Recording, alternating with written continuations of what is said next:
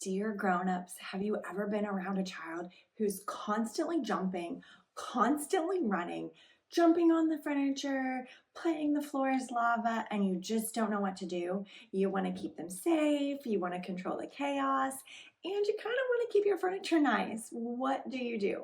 Well, today we're going to answer a listener's question just about that.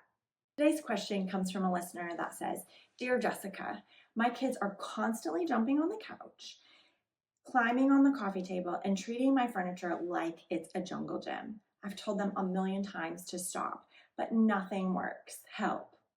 Okay, I hear you on this one. I've seen it in homes and I've seen it in classrooms. Today we're going to talk about 4 things that you can do to control the chaos, keep the children safe, and provide them with this movement input that they need. First, let's get into why they're doing the jumping. That's where we're going to start every time. We need to find out, what is the child getting out of the jumping and the running and the big body movements? Just that.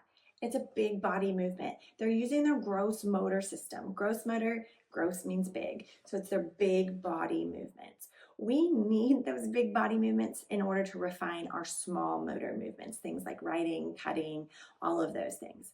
But even that, more than that, children are made to move. It's how they learn. It's how they take in their environment. That's how we were made. Babies in the womb move. Babies that are born move.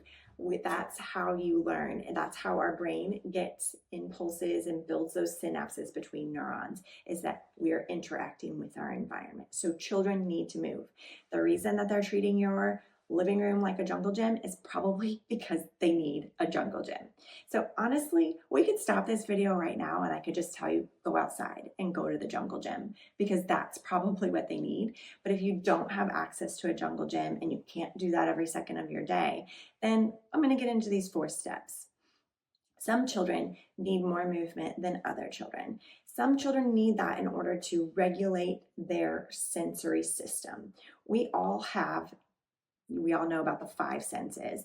When you move, you're instilling or you're activating 3 different senses. One is one of the 5 senses that we learn about, tactile, so touch. We're touching the environment through our movement, through our running, our jumping, all of those things, so tactile.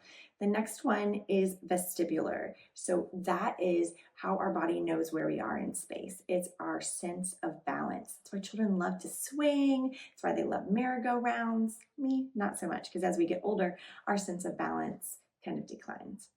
The other form of movement that they are getting, the bucket they're filling, is proprioception. Proprioception is the input that our joints and our muscles are getting from that movement. So every time a child jumps, they're getting proprioception in their feet, their ankles, their knees, their trunk and their core muscles, all of the things, even your neck.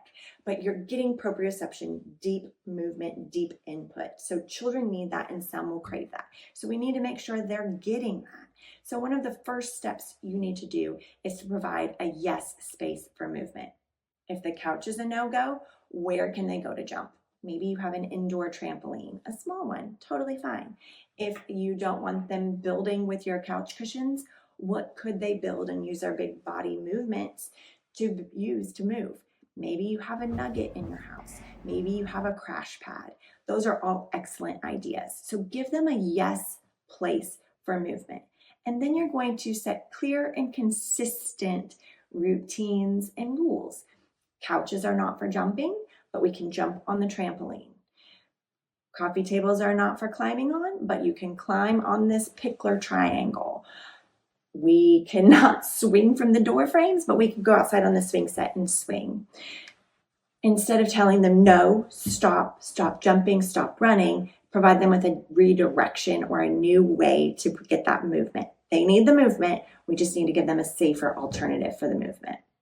The third way is to provide movement breaks. But before you even do this, we need to know, when are you seeing this behavior occur? And I say behavior very loosely because I don't think movement is a problem. We already said all children need movement. But when is this movement that we're not okay with, when is it happening the most? it would not be surprised if you know my family to figure out which one of my children probably needed movement breaks. But what we discovered was my son, when he was in school, he was very good about sitting in the desk, following directions, staying on task. But then when he came home off the bus, he completely fell apart because he had been sitting for so long. And that, unfortunately, we sit in these desks so much at school that when we come home, we're craving that movement. And we knew that about him. For some children, it's going to be before bed, it might be in the morning, it might be after lunch or before lunch, but kind of keep track of when it's happening. You're going to find this a lot on this show. I'm going to ask you some of those questions. When does it happen the most? You have to do some investigative work. So if you're in the classroom and you're the classroom teacher, jot down when you find yourself telling children to settle down, sit still. When are those times? Is it at the beginning of circle time? Do we need to provide a movement break before we sit down and listen to a story?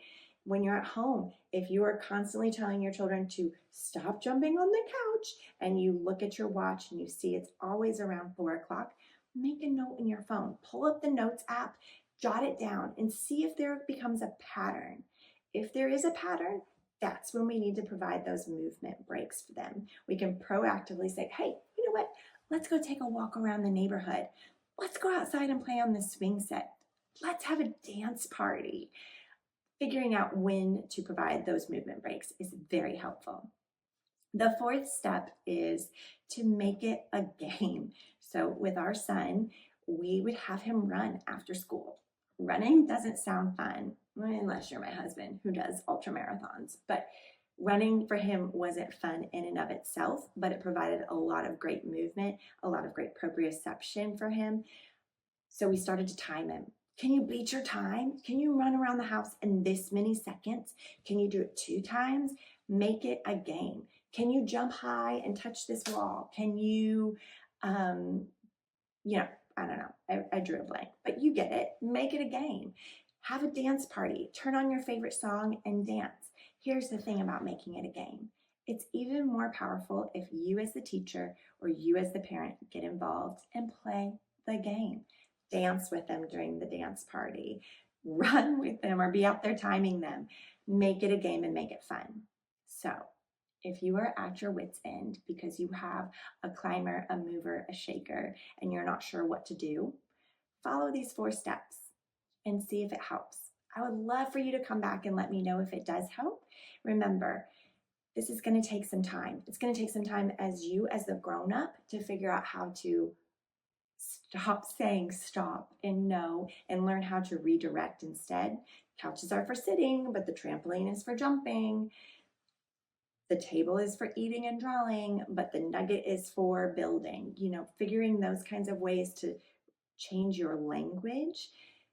It's going to take some time. It's also going to take the child some time because the jumping on the couch, the climbing on the coffee table, the climbing on the shelves in the classroom, that was working for them for a long time. They were getting the movement information for their body that they needed. So now they have to learn a different way to get that information. And it's going to take some time for them to figure out, hey, this movement break that my teacher or my mom is suggesting gives me the same results and it's fun. I'm going to try it.